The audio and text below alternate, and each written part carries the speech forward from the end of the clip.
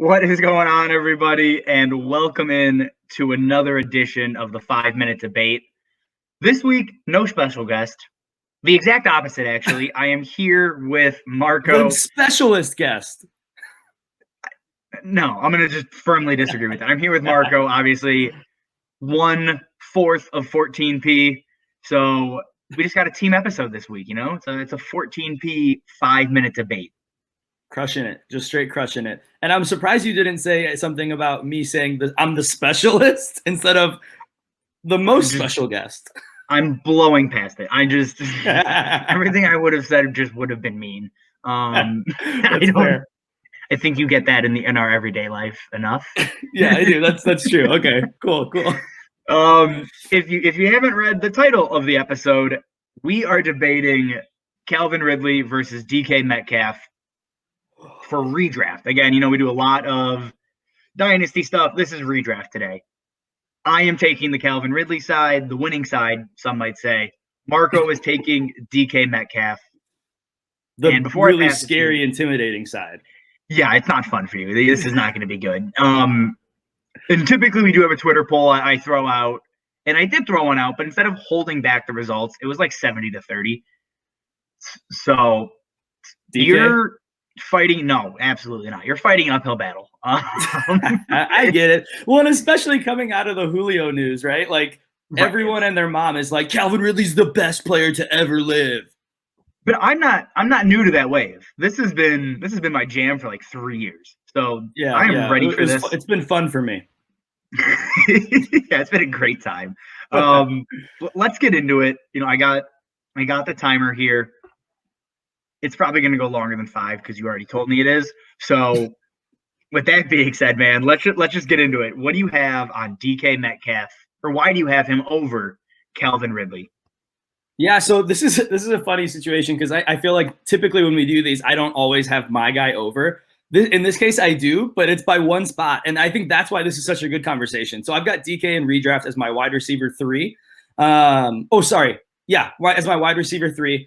And I've got Calvin Ridley as my wide receiver 4. So in redraft, they're neck and neck for me. They're both phenomenal players. I think for me, what I see in DK is someone who's just this opposing force. They're the complete opposite kinds of players, where DK is the athletic freak who also last year just showed, holy cow, this guy's learning to run routes. It's absolutely crazy. And then Ridley obviously isn't the athletic freak, but he's probably one of, if not the best route runners in the game. So you're just looking at two completely opposed wide receivers here. And my style of wide receiver that I am always been all in on is the DK Metcalf types because he profiles like a Megatron or a Julio Jones.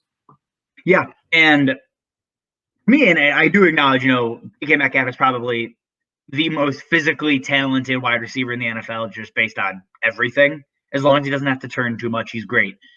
But for me, this makes sense for me then, is I go with the more skilled, if you will, wide receivers. And that's exactly what Calvin Ridley is. I mean, we've already seen him ascend to that wide receiver 1 status. I mean, he was a top 5 wide receiver last season. So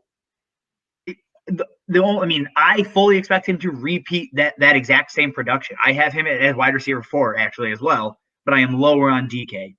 Right. Calvin Ridley without Julio Jones last year was spectacular. He was the wide receiver 3. He averaged 17 points a game, 20.6 points a game, 11 targets a game, and he was on pace for just under 1,800 yards. So the whole notion of, man, Ridley's going to struggle without Julio may be one of the worst storylines of the offseason. I just don't understand it. And then on the flip side, though, so Ridley was Mr. Consistent, if you will. DK Metcalf was not that. He was anything but consistent from first half to second half, coming up from 21.2 points a game over the first 8 games to a whopping 12.9 points a game over the second half. And that kind of inconsistency is why I'd rather have Ridley over DK. Yeah, totally. And here's the thing. I think I totally agree. I think what you're going to get from Ridley is more consistency. And obviously in fantasy, that's really important. And he even can have some of those big, insane blow-up games because, in some of the games without Julio, he got crazy targets, you know? And I think that's the thing for Ridley is his floor is much higher. I think DK's ceiling is something we haven't even approached yet. And I think that's why I land on the DK side. I think, like you said, when it comes to targets, Ridley's always going to beat out DK. Like right now, I think I've got DK projected at like 138 and I've got Calvin Ridley at like 171. So the target share is wildly different. But I think one of the narratives that you mentioned that I think is kind of okay for us as analysts to set aside is that DK Metcalf isn't a good route runner. Last year, he proved all of those doubters wrong. Yeah. You're right there.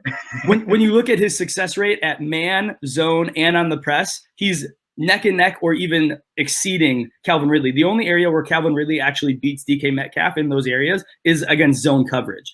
And so I think DK is just learning how to be a complete wide receiver at this point, where Calvin Ridley came in a little bit older, a little bit more experienced. I think he's about 3 years older. And so I think really what we've seen from Calvin Ridley is he is a very complete wide receiver who lacks that athleticism.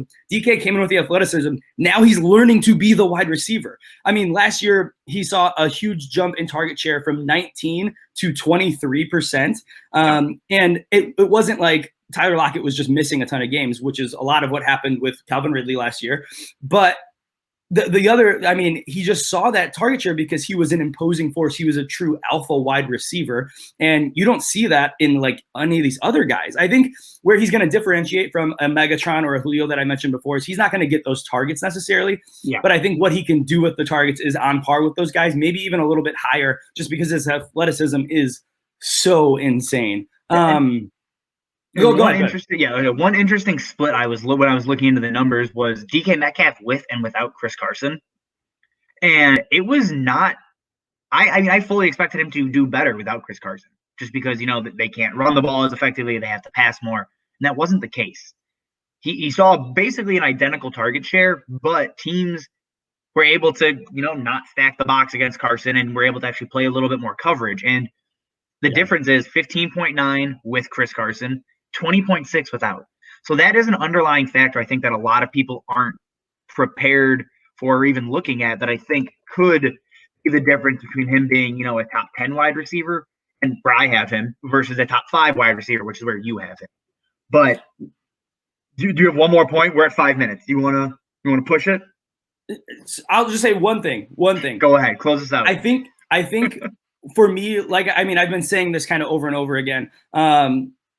But I think we've seen from Calvin Ridley everything we can see from him. I think he'll get more volume, right? But he is what he is, a phenomenal route runner, one of the best pure wide receivers in the game at this point. I think what we've seen from DK Metcalf is that he's only getting better at this point. And so I think I like the upside of DK, and I'll take a little bit of a hit on his floor because I think his upside is he could literally be the wide receiver 1 every single season for the next 3 seasons. He's that talented. And I think Calvin Ridley has that in his range of outcomes, but I don't think it's as likely. Okay, that is a strong point. It's wrong because Ridley is better. That does it. Also, last point. Against press, DK, 94th percentile. Against press, Calvin Ridley, 81%, 81st percentile. I think still pretty good. It's good, but I think it's something to take into account, especially in the red zone where DK is going to probably dominate there. No, you're absolutely right. And before we go out, I think it's probably bad we didn't mention Kyle Pitts is in Atlanta, so that could take targets. Probably worth mentioning his name at least once this episode. So Kyle Pitts, think about it. That does it. That does it for us here on the 5-minute debate. Another great episode. I have no idea how many we're in now. I'm just going to assume like 15-0. I'm on fire.